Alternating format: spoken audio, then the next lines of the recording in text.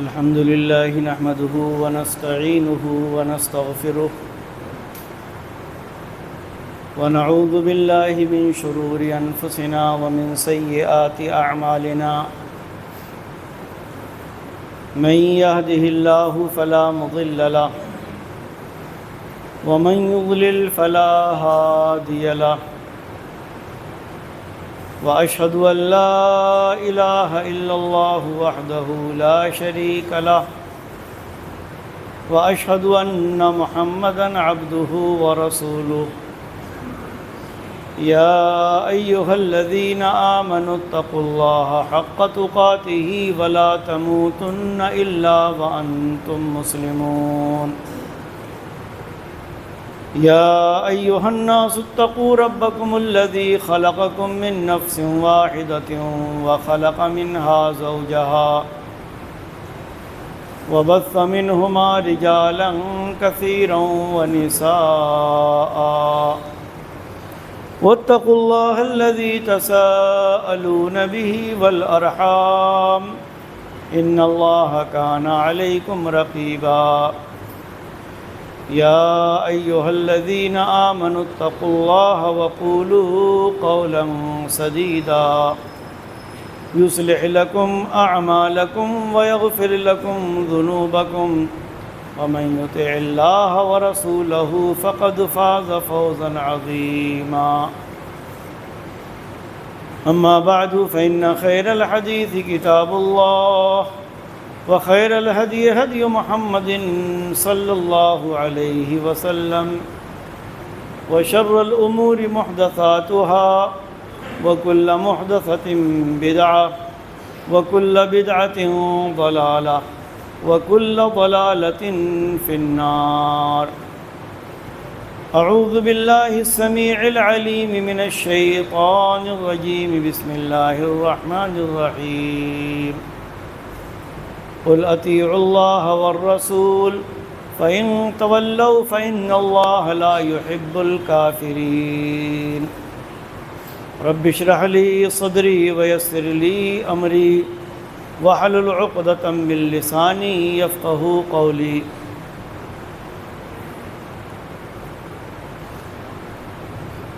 حاضرین جمعہ،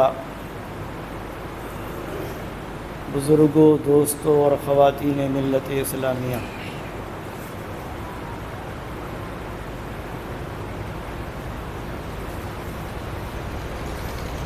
خالق کائنات، مالک ارض و سماوات نے ہم سب کو پیدا فرمایا ہے۔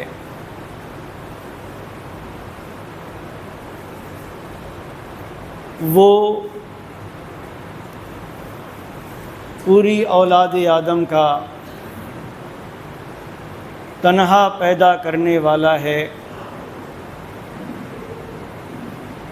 اور ہم سب سارے انسان آدم و حوا علیہم السلام کی ساری اولاد اللہ رب العالمین کے بندے ہیں، اور اللہ تعالی اپنے بندوں سے بے انتہا محبت فرماتا ہے۔ ہم اللہ کی جس آخری کتاب پر تفصیلی ایمان رکھتے ہیں، جس کو مانتے ہیں، جس کی تصدیق کرتے ہیں، اس کی جب شروعات ہی ہم کرتے ہیں تو ہم کو نظر آتا ہے، ہم پڑھتے ہیں بسم اللہ الرحمن الرحیم، کہ میں شروع کرتا ہوں اس اللہ کے نام سے جو انتہائی مہربان اور رحم کرنے والا ہے۔ الرحمن الرحیم، نہایت مہرباں ہے وہ، بڑا ہی مہرباں ہے وہ، اور بندوں سے اس کی محبت، اس کی رحمت، اس کی مہربانی اور اس کے پیار کا حال یہ ہے کہ ایک حدیث میں پیارے نبی صلی اللہ علیہ وآلہ وسلم نے ارشاد فرمایا کہ اللہ تعالیٰ نے رحمت کو پیدا فرمایا اور اس کے 100 درجے بنائے، 100 درجے، 100 حصے۔ دنیا میں اس نے رحمت کا صرف ایک درجہ اتارا ہے، ایک درجہ بھیجا ہے۔ جو ہم دنیا میں محبت کے اعلیٰ نمونے دیکھتے ہیں، ماں باپ کی اپنے اولاد سے محبت، اولاد کی اپنے ماں باپ سے محبت،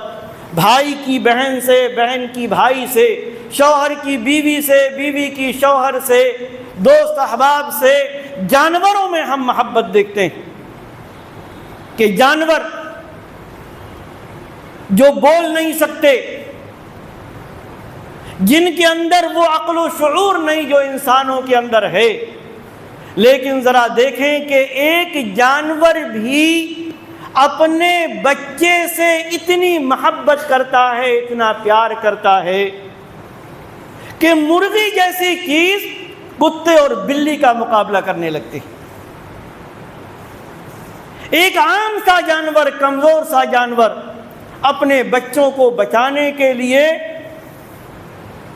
اپنے سے بڑے کا مقابلہ کرنے لگتا۔ کبھی آپ دیکھیں گے آپ کسی جانور کے بچے کو تکلیف پہنچائیں، وہ جانور آپ پر سیدھا ہو جاتا، جبکہ آپ کے مقابلے میں اس کی کوئی حیثیت نہیں۔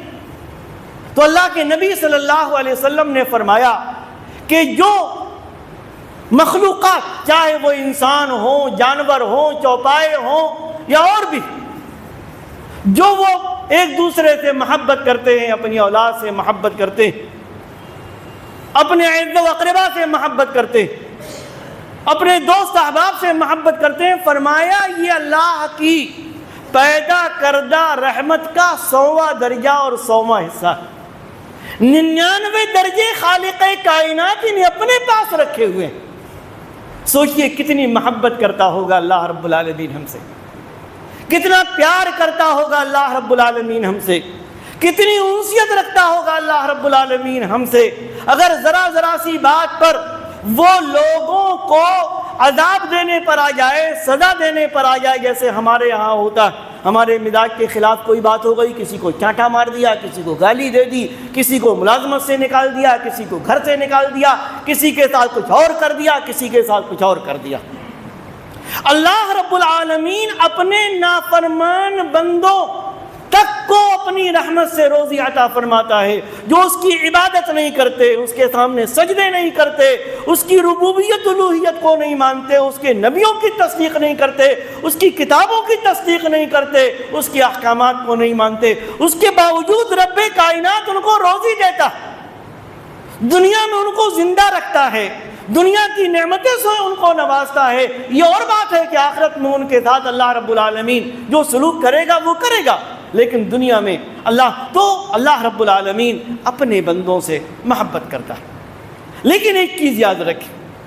اللہ رب العالمین ایک طرف رحمان و رحیم ہے، محبت کرنے والا ہے، غافر الذنب ہے، قابل التوب ہے، گناہوں کو بخشنے والا، توبہ کو قبول کرنے والا ہے، اپنے نیک بندوں کی، اپنے انکساری اختیار کرنے والے بندوں کی، تو دوسری طرف شدید العقاب بھی، سزا دینے والا بھی۔ اللہ تعالیٰ ایک طرف اگر اپنے بندوں سے محبت کرتا ہے تو اپنے نافرمان، اس کی الوہیت ربوبیت کو نہ ماننے والے، اس کی کتابوں کو نہ ماننے والے، نبی آخر الزماں پر ایمان نہ لانے والے، قرآن کو تسلیم نہ کرنے والوں سے اللہ رب العالمین نفرت بھی کرتا ہے۔ ایک حدیث ہے صحیح، اللہ کے نبی صلی اللہ علیہ وسلم فرماتے ہیں کہ جب اللہ تعالیٰ کسی سے محبت کرتا ہے تو جبریل علیہ السلام سے فرماتا ہے کہ میں فلاں بندے سے محبت کرتا ہوں، تم بھی محبت سے کرو۔ اور انشاءاللہ جمعہ آئندہ کسی جمعے میں کہ خطبے میں یہ بات بیان کی جائے گی کہ اللہ رب العالمین اپنے کن بندوں سے محبت کرتا ہے۔ تاکہ ہم بھی انہی بندوں کی صف میں شامل ہونے کی کوشش کریں۔ تو فرمایا پیارے نبی صلی اللہ علیہ وسلم نے کہ اللہ تعالیٰ جبریل علیہ السلام سے فرماتا ہے کہ میں فلاں بندے سے محبت کرتا ہوں، تم بھی محبت کرو۔ چنانچہ جبریل علیہ السلام بھی ان سے محبت کرتے ہیں، اور اس کے بعد جبریل علیہ السلام آسمان کے فرشتوں میں اعلان کرتے ہیں کہ فلاں بندہ ہے جس سے اللہ محبت کرتا ہے، میں محبت کرتا ہوں، تم بھی اس سے محبت کرو۔ چنانچہ آسمان کے فرشتوں سے محبت کرتے ہیں، اور اس کے بعد آپ فرماتے ہیں صلی اللہ علیہ وسلم کہ اس کی محبت دنیا میں لوگوں کے دلوں میں ڈال دی جاتی ہے۔ ایک آدمی ہے جس کے پاس مال نہیں، دولت نہیں، زمین نہیں، جائیداد نہیں، عہدہ نہیں، منصب نہیں، کسی بہت بڑے عہدے پر فائز نہیں، لیکن اللہ کا نیک بندہ ہے، اللہ کا محبوب بندہ ہے، اللہ کے احکامات پر عمل پیرا ہوتا ہے، لوگ اس سے محبت کرتے ہیں، لوگ اس کی عزت کرتے ہیں، لوگ اس کی توقیر کرتے ہیں۔ اسی کو پیارے نبی صلی اللہ علیہ وسلم نے فرمایا کہ جب کوئی بندہ اللہ کا محبوب ہو جاتا ہے، جبریل کا محبوب ہو جاتا ہے، آسمان کے فرشتوں کا محبوب ہو جاتا ہے، تو دنیا والوں میں بھی اس کی محبت ڈال دی جاتی ہے، دنیا والے بھی اس سے محبت کرنے لگتے ہیں۔ اور آگے فرماتے ہیں پیارے نبی صلی اللہ علیہ وسلم کہ جب اللہ تعالیٰ کسی بندے سے نفرت کرتا، اور ظاہر ہے اللہ تعالیٰ انہی بندوں سے نفرت کرے گا جو اس کو معبود برحق نہ مانے، جو اس کو رب نہ مانے، جو اس کو مشکل کشا نہ مانے، جو اس کو حاجت روا نہ مانے، جو خاتم النبیین کی نبوت و رسالت کو تسلیم نہ کریں، جو قرآن مجید کو آخری منشور ہدایت ربانی تسلیم نہ کریں، جو قرآن میں شک کریں، جو قرآن کی تعلیمات پر عمل نہ کریں، جو اللہ و رسول کی احکامات کو پس پشت ڈال دیں۔ فرمایا کہ جب اللہ تعالیٰ کسی سے نفرت کرتا ہے تو جبریل علیہ السلام سے فرماتا ہے میں فلاں بندے سے نفرت کرتا ہوں، جبریل تم بھی اس سے بغض رکھو، نفرت کرو۔ چنانچہ جبریل اس سے نفرت کرتے ہیں۔ جو اللہ کا محبوب نہیں وہ جبریل کا محبوب کیسے ہو سکتا ہے علیہ السلام؟ اس کے بعد جبریل علیہ السلام آسمان کے فرشتوں میں اعلان کرتے ہیں فلاں شخص ہے جس سے اللہ نفرت کرتا ہے، میں نفرت کرتا ہوں، تم بھی نفرت کرو۔ چنانچہ آسمان کے فرشتے بھی اس سے نفرت کرتے ہیں۔ اب ظاہر ہے جو اللہ کا مبغوض ہو جائے، ناپسندیدہ ہو جائے، جو روح الامین کا ناپسندیدہ ہو جائے، جو اللہ کے مقرب بندوں، اللہ کی مقرب مخلوق فرشتوں کا مبغوض ہو جائے، وہ زمین والوں کا محبوب کیسے ہو سکتا؟ چنانچہ فرمایا کہ اس کی نفرت دنیا والوں کے دلوں میں ڈال دی جاتی اور دنیا والے بھی اس سے نفرت کرتے ہیں۔ تو یہ محبت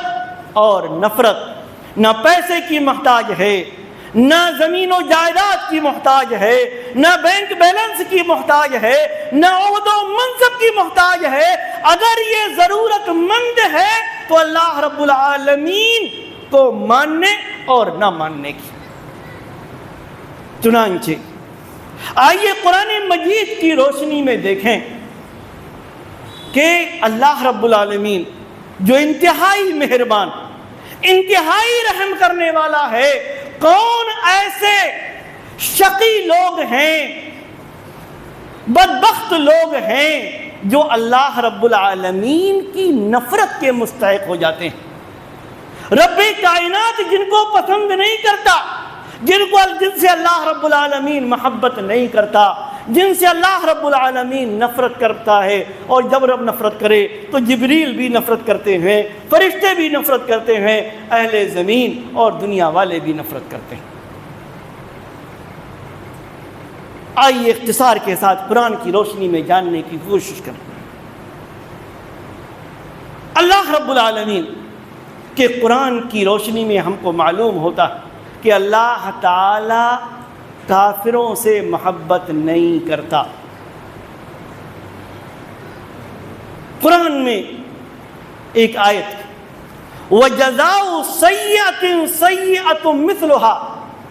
فَمَنْ عَفَا وَأَصْلَحَ فَأَجْرُهُ عَلَى اللَّهِ إِنَّهُ لَا يُحِبُّ الْكَافِرِينَ۔ اگر کوئی آدمی کسی کے ساتھ برائی کرے تو اس کا بدلہ ویسے دیا جا سکتا ہے، اس کا بدلہ دیا جا سکتا ہے، لیکن آگے فرمایا فمن عفا واصلح، لیکن جو آدمی برائی کرنے والے کو معاف کر دے، اپنی اصلاح کر لے، صحیح راستے پر رہے، فاجرہ علی اللہ، تو معاف کرنے کا بدلہ اللہ رب العالمین کے ذمے ہے۔ رب کائنات اس کو اس کا اجر اور اس کا بدلہ عطا فرمائے گا۔ آگے فرمایا کہ اللہ تعالی کافروں سے محبت نہیں کرتا، کافروں سے چاہے کفر تکذیب ہو، جھٹلا دیا جائے اللہ کی ربوبیت کو، جھٹلا دیا جائے اللہ کی الوہیت کو، جھٹلا دیا جائے خاتم النبیین محمد الرسول اللہ صلی اللہ علیہ وسلم کے ختم نبوت کو، جھٹلا دیا جائے فرشتوں کے وجود کو، جھٹلا دیا جائے عذاب قبر کو، جھٹلا دیا جائے اللہ کی نازل کردہ آسمانی کتابوں کو، جھٹلا دیا جائے آخرت کو، جھٹلا دیا جائے تقدیر کو، جھٹلا دیا جائے اور ان تمام چیزوں کو جن کو رب کائنات نے اپنے قرآن مجید میں بیان فرمایا، جھٹلا دیا جائے خاتم النبیین محمد الرسول اللہ صلی اللہ علیہ وسلم کی نبوت و رسالت کو، چاہے یہ کفر ہو یا کفر شک کا ہو۔ آدمی شک میں پڑا ہوا ہے، پتہ نہیں اللہ ہے بھی کہ نہیں ہے، پتہ نہیں وہ معبود برحق ہے بھی کہ نہیں ہے، پتہ نہیں محمد بن عبداللہ صلی اللہ علیہ وسلم اللہ کے نبی نعوذ باللہ ہیں بھی کہ نہیں، قرآن اللہ کی کتاب ہے بھی کہ نہیں، اللہ نے یہ حکم نازل فرمایا بھی کہ نہیں، وغیرہ وغیرہ، شک میں پڑا ہوا اور اسی میں اپنی زندگی نہیں۔ اسلام اور ایمان شک کا محتاج نہیں ہے،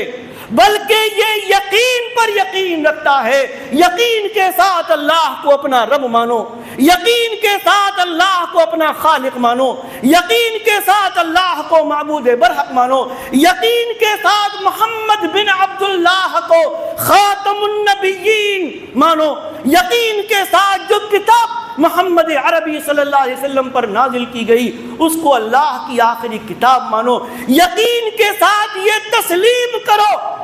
کہ نہ اس میں اب تک کوئی تبدیلی ہوئی ہے اور نہ قیامت تک ہوگی، یقین کے ساتھ اس بات کو تسلیم کرو کہ دنیا کے بنائے ہوئے قوانین، دنیا والوں کے بنائے ہوئے اصول و ضوابط لائق ملاحظہ ہو سکتے ہیں، ان میں غور و فکر ہو سکتا ہے، لیکن رب کائنات نے اس 30 پاروں اور 114 سورتوں کے قرآن مجید میں جو احکامات نازل فرمائے اور جو احکامات محمد الرسول اللہ صلی اللہ علیہ وسلم کی صحیح احادیث کی روشنی میں ہم تک پہنچے، دنیا تک پہنچے، وہ لائق غور و فکر نہیں ہیں۔ ان میں کوئی بھی یہ نہیں ہو سکتا کہ پتہ نہیں قرآن کا یہ حکم، اللہ کے نبی صلی اللہ علیہ وسلم کا بتایا ہوا یہ راستہ دنیا کے مطابق اس وقت ہے بھی کہ نہیں ہے، نہیں، بلکہ یہ قرآن قیامت تک محفوظ ہے، اس کی احکامات محفوظ ہیں، نہ اس کے زبر زیر پیش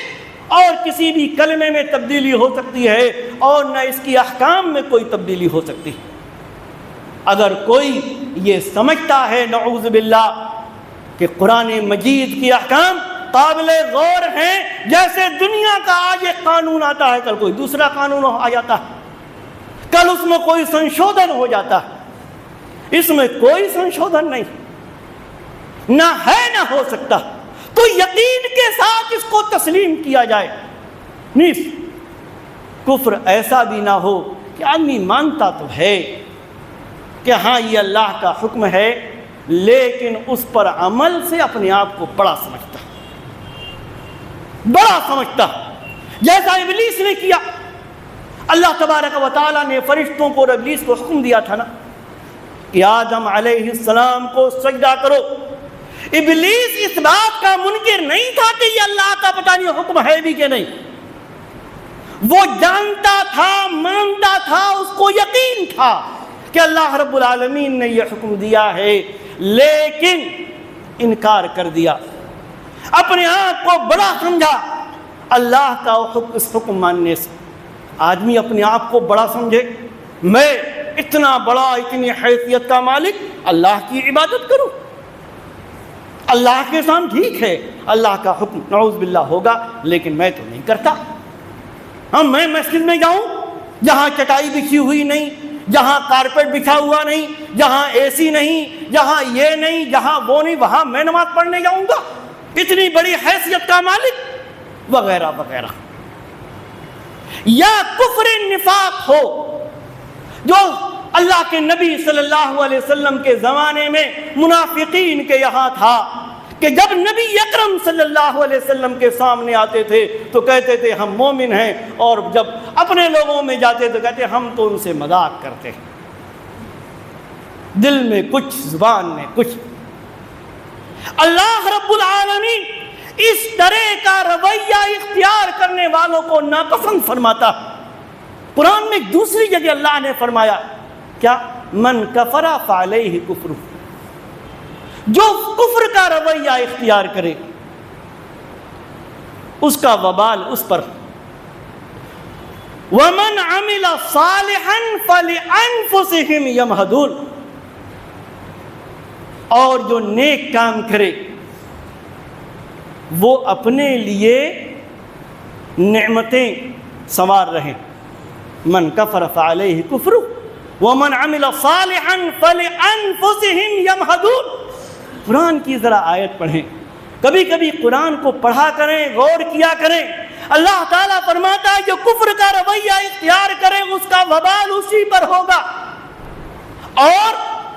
جو نیک عمل کرے وہ اپنے لیے جنت کی نعمتوں کو سنوار رہا ہے۔ اللہ تعالیٰ اس کو جنت عطا فرمائے گا، جنت کی نعمتیں عطا فرمائے گا،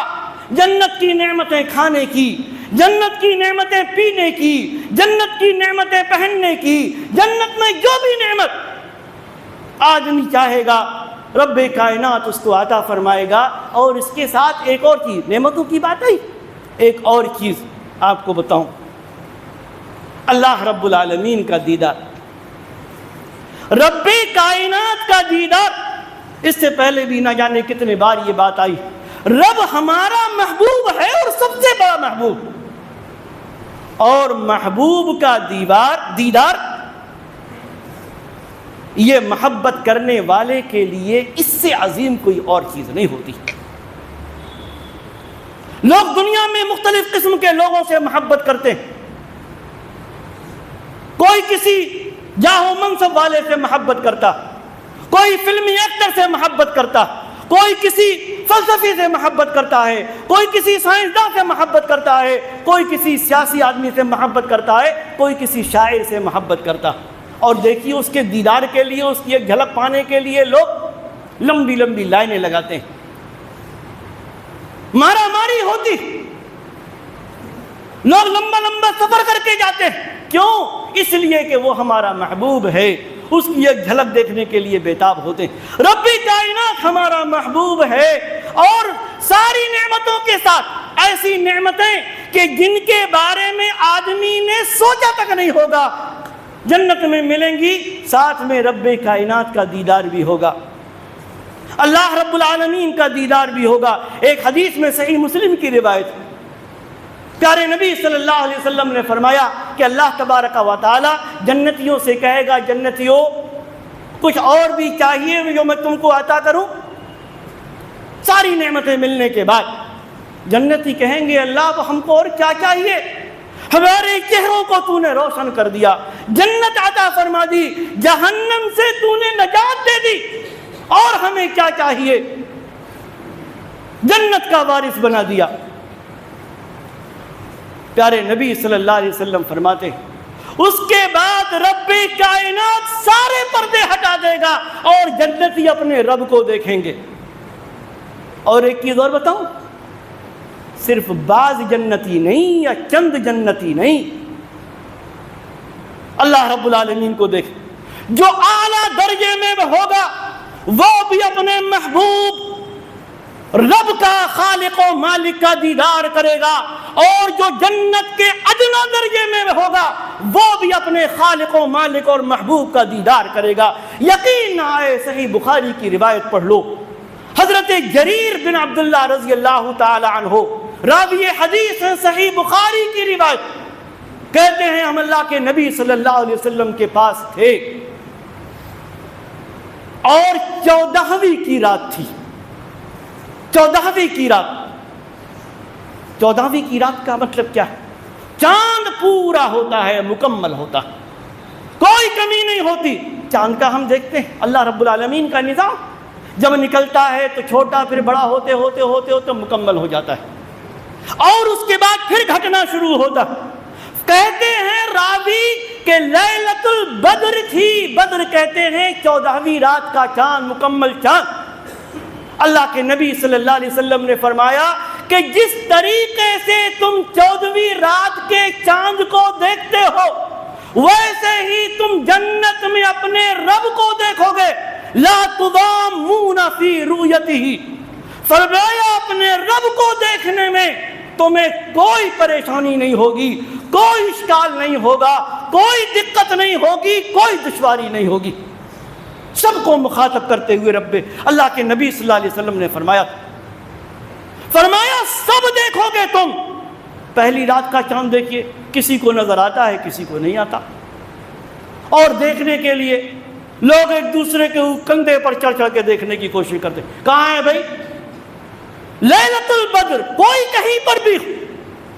کوئی 20 منزلہ عمارت پر ہو وہ بھی دیکھتا،